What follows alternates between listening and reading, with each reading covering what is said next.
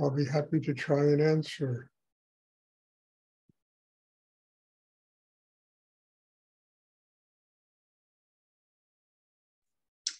I have a question. Yes, Isa. Stuart.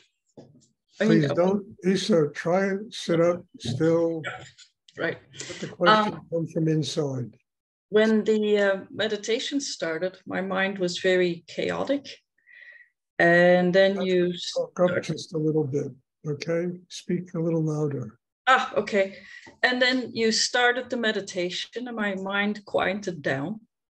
I just find it so miraculous. It's incredible.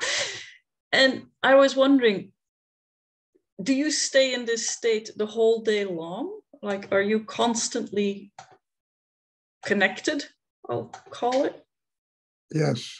I mean, look, I've been doing this. Look, it takes time. You know, when you leave the meditation, you should be grounded inside and try to stay grounded so that your mind will stay quiet. The problem is we are so habitually used to thinking all the time that we almost instantly go right back into the mind and it begins to consume our energy. and we lose that groundedness inside. So what I teach, look, I've said this a lot, I'll say it again. This is not a spiritual life here. All this is training on how to build a system inside yourself that can enable you to have a spiritual life. And one of the number one things is learning how to keep the mind quiet. And that takes time, it takes training. It's like I had dinner last night with my daughter and friend of hers, and this friend is an electrician. So she asked me about meditation, and she said, "Well, when I sit down, my mind is crazy. I can't. It doesn't." I said, "Let me ask you something. How long does it take to learn to become an electrician?"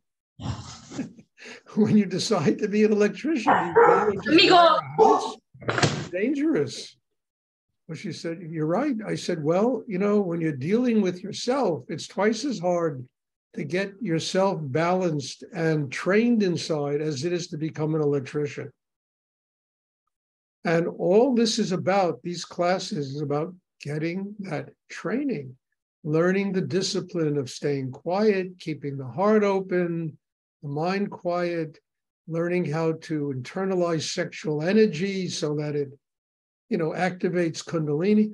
All of this takes time. And the only person we're up against is ourselves. We have lived habitually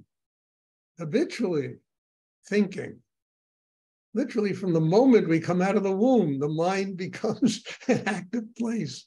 And you understand? And then all of this is about is retraining ourselves so that we can receive, when the mind is quiet, it receives real knowledge. There's room in us to allow knowledge that emanates literally from the source of everything in the universe to enter our system and to guide our lives. But we need to learn how to master the chaos inside ourselves. And that's all this is about. This is what I teach. Look, I'm not some divinely enlightened yogi and guru. And, I wasn't born from a lotus leaf, I learned this, took years to learn this. It's made it possible for me to have a spiritual life, but without the training and without the years of practice, forget it. The mind is too powerful. The emotions too powerful. The sexual energy is too powerful. And if we put the three of them together, you have the local insane asylum. I really mean that.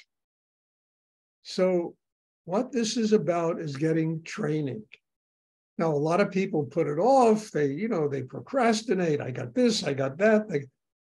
To me, in order to live my life, this is essential. This is on the calendar to do. And I do this more than anybody sitting here right now. Last 2 weeks, I taught 26 classes in this meditation. you know? So what I'm saying is, years ago, I understood my need to have a spiritual life, and I discovered the path of how to get there, you know?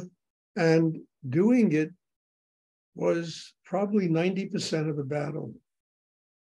Committing myself to learning, to growing, to getting centered, to getting balanced, doesn't take away from any, I mean, what I do, I mean, in Europe and the Middle East, it's 3 hours a week. You know, there's 164 hours in a week. But coming to these classes would cost 3 hours a week, not a lot of investment. I wish I could put money in the stock market and get a return like that for that inexpensive an investment, you know? So what I'm saying is, this is about getting the training. A spiritual life is 24 hours a day, 7 days a week. A spiritual life is life. Whatever we do, it's part of us opening to have a spiritual life. This, what I do here, is just the training in how to learn how to do it. I'm not looking for people to worship me, and I'm Swamiji, and I'm this, and I'm going to come kiss your foot. And, you know, look, I've been through all that, and it's just a bore, you know? What I'm concerned about is, do people want to get the training? Then they have me. I mean, there are people that came here from the West Coast of the United States, and for 2 weeks they were here. 26 classes I taught, between the Zoom and the, you know, in-person classes, because I respect that. And I am willing to do what I have to do to help people that make that kind of an effort. Because it's all about getting training. And the person we have to train is ourselves. And there's always a million excuses about why we can't do it. Always, you know, I got this, my toe hurts, I got a concert of this or that, I got, you know, it's 3 hours a week, for God's sake. It's 3 hours a week. I once figured it out, there's 165 hours in a week. And all this requires is a commitment of 3 hours to get that kind of training. And I know for my own self, when I was younger, you know, and I first met my teacher, the only way I used to earn a living, I used to work in restaurants and bars and waiting and bartending and stuff like that. And I'd go in if I needed a job. It was very easy to find a job. And they would always say, well, you're going to work these hours. Then I met my teacher, Rudy, and I had such a profound need to be in his classes. And I remember I went to find one of these jobs, and I walked in, and the manager of the restaurant says, yes, you're hired. Tell me, what hours do you want to work? I mean, that was a manifestation of my need to be in Rudy's classes. I couldn't believe my ears when he said that. And I told him, blah, blah, blah, blah, blah. And that opened up me going to my teacher's classes. So it's kind of like the Exodus, you know, you wave a wand, the Red Sea parts, and you can walk through. I mean, it's really the same type of manifestation. And depending entirely upon how deeply a person needs. And it's about getting the mind quiet, getting the heart open, getting the sexual energy disciplined inside us. And, you know, clearing up all the chaos. We have to learn how to do it. I had to learn how to do it. Because prior to meeting my teacher boy, there was so much chaos inside me that I wanted, the day before I met him, I was ready to put myself in a sanitarium. I was so crazy. And then it began to change. The whole energy changed. I got training. I learned how to do it. And it took time. I remember once I was studying with Rudy for like 6 months, and I had this great spiritual experience. I went to him and, oh my, and he looked at me and he started to laugh. And he said, you think you're having a spiritual life? He said, Stuart, I've been doing this 36 years. Patience. And the other day I mentioned, I don't know if it was this class, the other, that there's a great Japanese Zen saying, climb Mount Fuji, O snail, but slowly, slowly. You know, don't be impatient. Do it a step at a time. And if your mind gets out, all right, I got to work on myself. I got to go deeper. I got to get stronger in the third chakra. I got to get more balanced inside myself. And I promise you, something you might not want to hear, you'll have that problem the rest of your life. And it's not a bad problem. It just reminds you that you got to work on yourself. Understand? We need to have something wrong with us.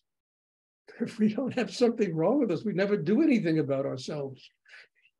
So we need that little irritation to come along to remind us you got to work on yourself.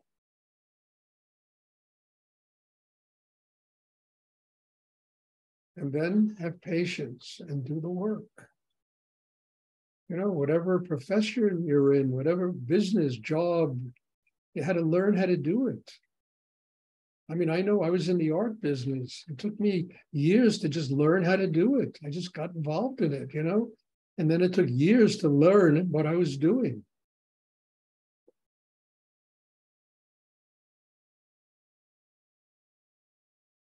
And in the time, I made mistakes. I remember I had a statue on my desk that I bought. And when I bought it, I thought it was 18th century Chinese, Lohan, blah, blah, blah. You know, it turned out to be a fake. You know, and instead of getting upset, I stuck it on my desk. And every time I had to buy a statue or buy something, I would look at that statue and remind me, really examine what you're looking at. That statue saved me hundreds of thousands of dollars.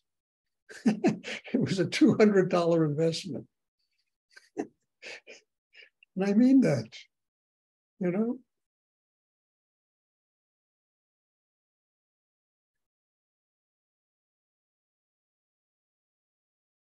Does anyone else have a question they would like to ask?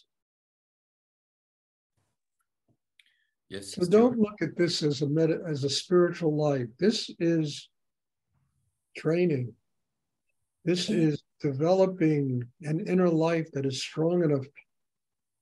You'll know you have a spiritual life when your husband, your wife, your kids start yelling at you and you stay quiet. You'll know that something has grown inside you to have patience. And you'll see their anger will dissipate much quicker than if you fight with them. Hi, I have a question. It's not really a question, but I was wondering, I didn't really meditate. Speak up. Yeah, I didn't really meditate today, but I was talking to something. You were what? I had a conversation with something. I don't know what, but I was talking. My soul was speaking to something, and I wasn't quiet at all because I was talking and I was. Well, you know, that happens. It used to happen to me too, and I used to learn from that. In order for me to receive the spirit, I have to get my mind quiet.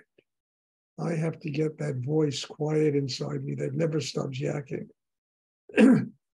Yes, but it wasn't me with myself. It was like I was talking to something. I was talking, not in myself. I was like, probably it's my mind. I'm sure it's my mind, but it was so emotional that my heart says that, you know, it was true. I felt like I'm having a conversation with something. And I had replied by emotions, but by waves of emotions and warm, you know, and warm energy and compassion. Well, you know, I mean, I have nothing to comment about that. If that worked for you today, you know, wonderful. You know, if it opened you inside, I have no problems with it. What I'd be careful about is trying to recreate that conversation. Mm-hmm. Go a little deeper in yourself, you know, because the real conversation with God is in silence. Yeah. That's where the real because that's where the Shakti is transmitted, the energy comes. You know, you might hear the Om sound, which is like a high-pitched electronic sound might come into your system. That's the real conversation with God.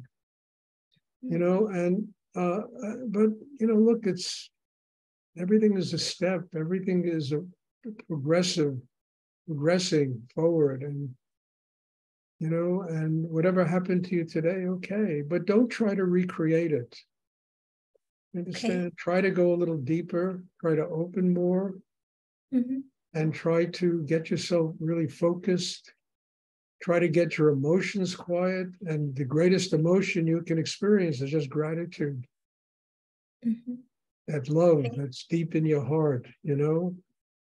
And then try to receive the energy. Let it really work inside you and help you to build a system in which you are in perpetual communication with God. And that happens because you're living your life in the moment. Okay. Thank you. You're welcome. Does anyone else have a question they would like to ask?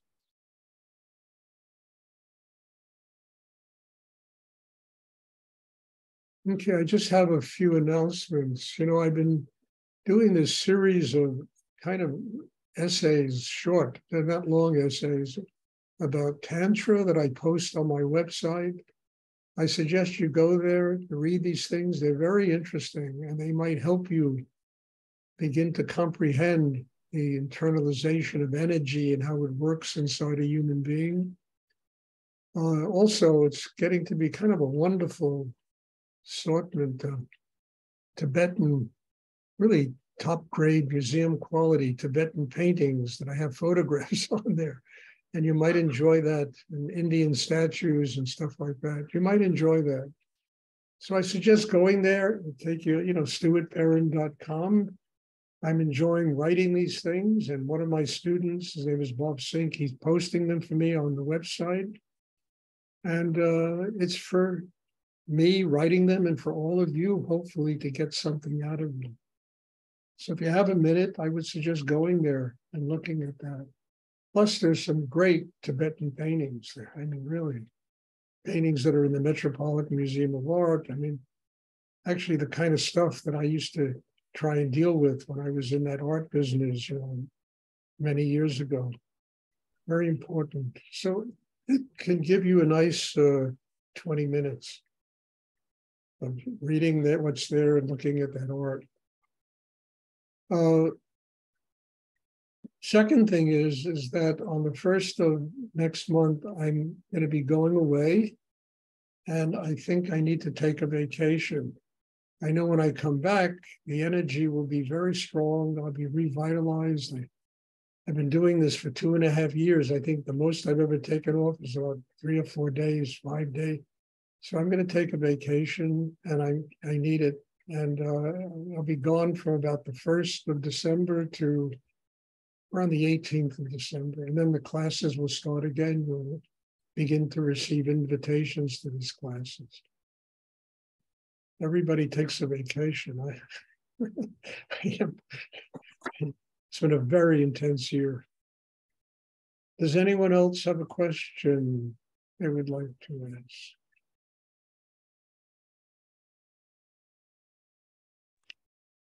Okay, well, God bless you all. And as I tell you every class, have enormous gratitude for the presence of every one of you here.